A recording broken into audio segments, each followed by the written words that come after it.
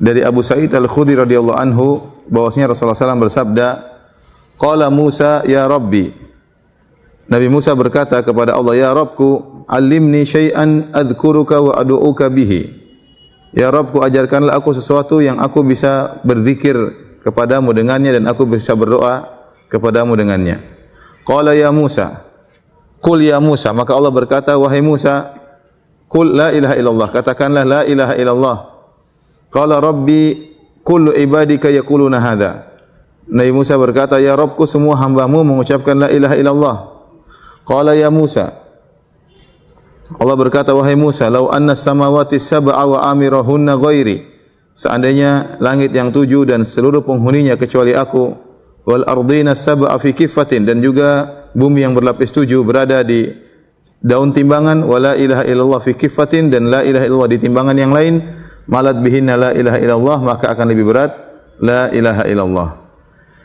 Hadis ini kembali menjelaskan tentang keutamaan la ilaha illallah. Jadi Nabi Musa alaihissalam meminta kepada Allah tentang suatu zikir spesial yang dia ingin dengan zikir tersebut dia bisa berzikir kepada Allah dan bisa berdoa kepada Allah Subhanahu wa taala. Ternyata Allah mengajarkan la ilaha illallah.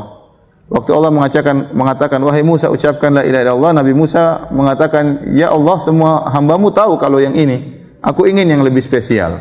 Ternyata Allah menjelaskan tidak ada yang lebih spesial daripada la ilaha illallah. Jadi zikir yang terbaik, zikir yang terafdal adalah la ilaha illallah. Maka Allah menjelaskan seandainya langit yang 7 dan bumi yang 7 lapis diletakkan di satu timbangan dan la ilaha illallah di timbangan yang lain, maka lebih berat la ilaha illallah. Hadis ini diperselisihkan tentang kesahihannya, ya. Karena sebagaimana saya sebutkan halaman 57, ya, dalam sanadnya ada seorang perawi yang bernama Darraj bin Sam'an Abu Samah, dan Darraj bin Sam'an Abu Samah kalau meriwayatkan dari Abu Haytham, maka ada perselisihan di kalangan para ulama tentang kredibilitas perawi ini, ya. Intinya sebagian ulama mensahihkan, sebagian ulama menghasankan, sebagian ulama mendhaifkan hadis ini, ya. Tetapi hadis ini maknanya dikuatkan dengan hadis yang lain sebagaimana dijelaskan oleh Al-Hafidz Ibnu Katsir rahimahullahu taala dalam kitabnya Al-Bidayah wan Nihayah, ya. Beliau menyebutkan ada hadis yang semakna dengan hadis ini. Lihat halaman 58, ya. Hadis tersebut yang disebut dengan hadis Sahibul Bitaqah. Hadis orang yang memegang kartu yang menjelaskan tentang agungnya la ilaha illallah, bahwasanya jika la ilaha illallah ditimbang maka sangat berat sekali, bahkan lebih berat daripada langit dan bumi. Saya bacakan hadisnya halaman 58. Yusahu bi rajulin min ummati yaumal qiyamah. Ada seorang lelaki dari umatku, kata Nabi, akan diteriakin, dipanggil pada hari kiamat, diteriakin untuk hadir. Ala ru'usil khalaiq, dan dia dipanggil di hadapan banyak orang, ya, di hadapan banyak orang. Jadi sebagian orang dari berdasarkan hadis-hadis, sebagian orang dihisab atau disidang di hadapan banyak orang. Sebagian orang dihisab antara Allah dengan dia saja. Ya, sebagian orang aibnya dibuka di hadapan khalayak, sebagian orang aibnya ditutup oleh Allah Subhanahu wa taala. Nah, orang ini dipanggil di hadapan manusia yang lain. Yusahu bi rajulin, itu dipanggil, disebut namanya dengan suara yang keras dari umatku, seorang laki yaumal qiyamah, pada hari kiamat kelak, ala ru'usil khalaiq, di hadapan manusia. Fa yunsharu alaihi tis'una sijillan, kemudian dibukakan, ditampakkan baginya, dibukakan 99 catatan amal perbuatan dia. Kullu sujillin maddul basar, setiap catatan sejauh mata memandang. Jadi catatan ini sangat luas, ya. Thumma yaqulu Allahu azza wa jalla, kemudian dia lihat catatan perbuatan dia dalam catatan tersebut. Allah bertanya kepada dia, hal tunkiru min hadza syai'an, apakah ada yang kau ingkari dari catatan ini? Dan seorang akan dibuat ingat atas seluruh yang pernah dia lakukan. Dia lihat semua catatan di hadapan dia. Fa yaqulu la ya rabbi, kata dia, tidak ada yang saya ingkari ya Rabbku. Fa yaqul, maka Allah berkata, adzalamatka katabatil hafizun, apakah para malaikat yang tugasnya mencatat telah berbuat zalim kepadamu, ya? Mungkin salah nyatat, mungkin, ya. Enggak, ya. Mungkin salah nyatat atau berlebih-lebihan, ya. Tidak sekali hakim di dunia kan begitu kan, kalau jengkel dia catatnya lebih parah, ya. Kalau dia tidak lagi senang dia kurang-kurang, ya. Enggak. Malaikat tidak ada begitu, ya. Malaikat tidak ada pilih kasih kalau nyatat, ya. Sembunyi-sembunyiin, enggak, semuanya dicatat. Maka Allah bertanya, adzalamatka katabatil hafizun, apakah para pencatatku yaitu para malaikat telah mendolimimu salah mencatat misalnya, fayaqulu ya Rabbi, la ya Rabbi. Kata dia tidak ada yang salah. Mereka tidak menzalimiku. Kemudian Allah bertanya, alaka udhrun? Apakah kau punya udhur? Apakah kau punya dalih yang bisa kau sampaikan? Sekian banyak maksiat yang kau lakukan, sekian banyak kesalahan yang kau lakukan. Alaka hasanatun? Apakah kau punya kebaikan yang mau kau sebutkan? Fayahabur rajul, maka orang ini pun ketakutan. Ini di hadapan banyak orang, dia di sidang. Ya. Fayaqulu la, kata dia tidak ada ya Allah, tidak ada uzur. Ya. Ya. Tidak ada uzur. Ya. Jadi apa namanya? Setiap orang tahu tentang apa yang dia lakukan. Ya.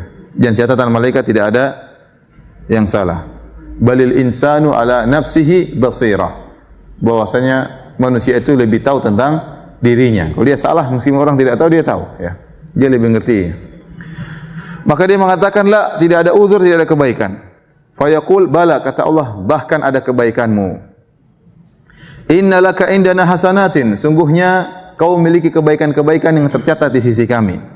Wa innahu la dzulma 'alaikal yaum, dan pada hari ini kau tidak akan dizalimi. Fatukhraju lahu bitaqatun fiha asyhadu an la ilaha illallah wa anna Muhammadan abduhu wa rasuluh.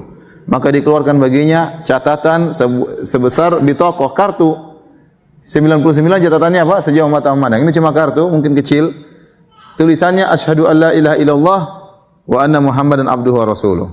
Qala fayaqul, maka dia berkata, ya Rabbi, ma hadhil bitaqatu ma hadhi sijillat.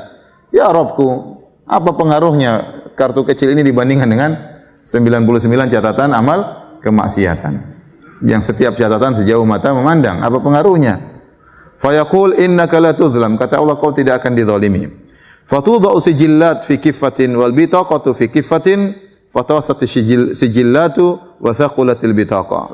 Lantas diletakkan bitaqah, kartu la ilaha illallah, di satu timbangan, adapun 99 catatan amal diletakkan di timbangan yang lain, ternyata lebih berat la ilaha illallah, la ilaha illallah. Jadi para hadirin dan hadirat yang dirahmati oleh Subhanahu wa taala, hadis ini menunjukkan benar la ilaha illallah itu sangat berat, sebagaimana tadi perkataan Allah kepada Nabi Musa.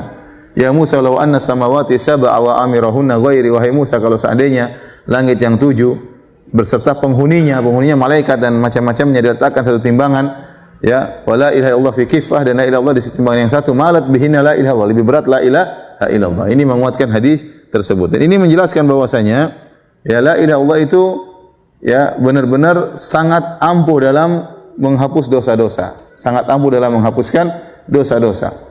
Namun tidak semua orang kualitas la ilaha illallahnya sama. Setiap kita punya kartu la ilaha illallah. Saya rasa kita semua ibu-ibu, bapak-bapak sudah mengucapkan la ilaha illallah Muhammadun Rasulullah. Setiap kita mengucapkan demikian, ya.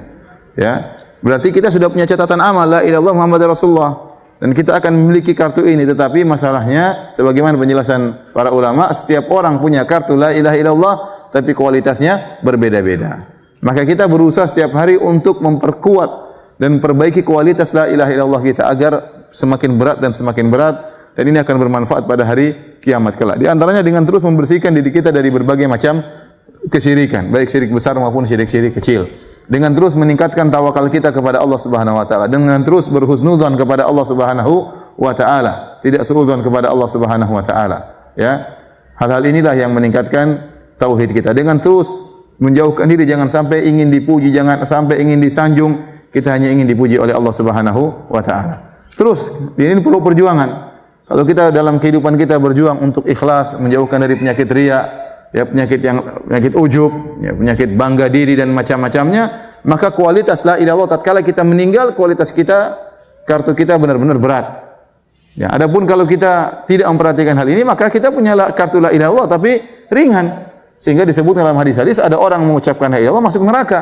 Ini kata Ibnu Taimiyah rahimahullah, telah mutawatir hadis-hadis orang-orang mengucapkan la ilaha illallah mereka dalam neraka jahanam. Kenapa? Karena kartu la ilaha illallah mereka tidak berkualitas atau kualitasnya kurang. Kualitasnya apa? Kurang. Sehingga tidak mampu untuk membakar dosa-dosa yang telah dia lakukan sehingga dia terjerumus dalam neraka jahanam. Maka jangan seorang semuanya pede, yang penting saya sudah la ilaha illallah.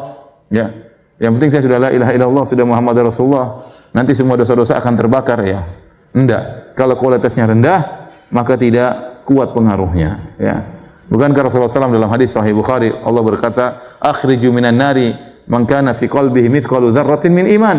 Keluarkan dari neraka jahanam orang yang dalam hatinya masih ada keimanan meskipun sebesar zarah. Orang ini mengucapkan la ilaha illallah, dia muslim, tapi dalam neraka jahanam. Tapi dalam neraka jahanam. Berarti la ilaha illallahnya enggak kuat ya. Makanya ibu-ibu dalam kehidupan sehari-hari berusaha untuk memperkuat kualitas la ilaha illallah.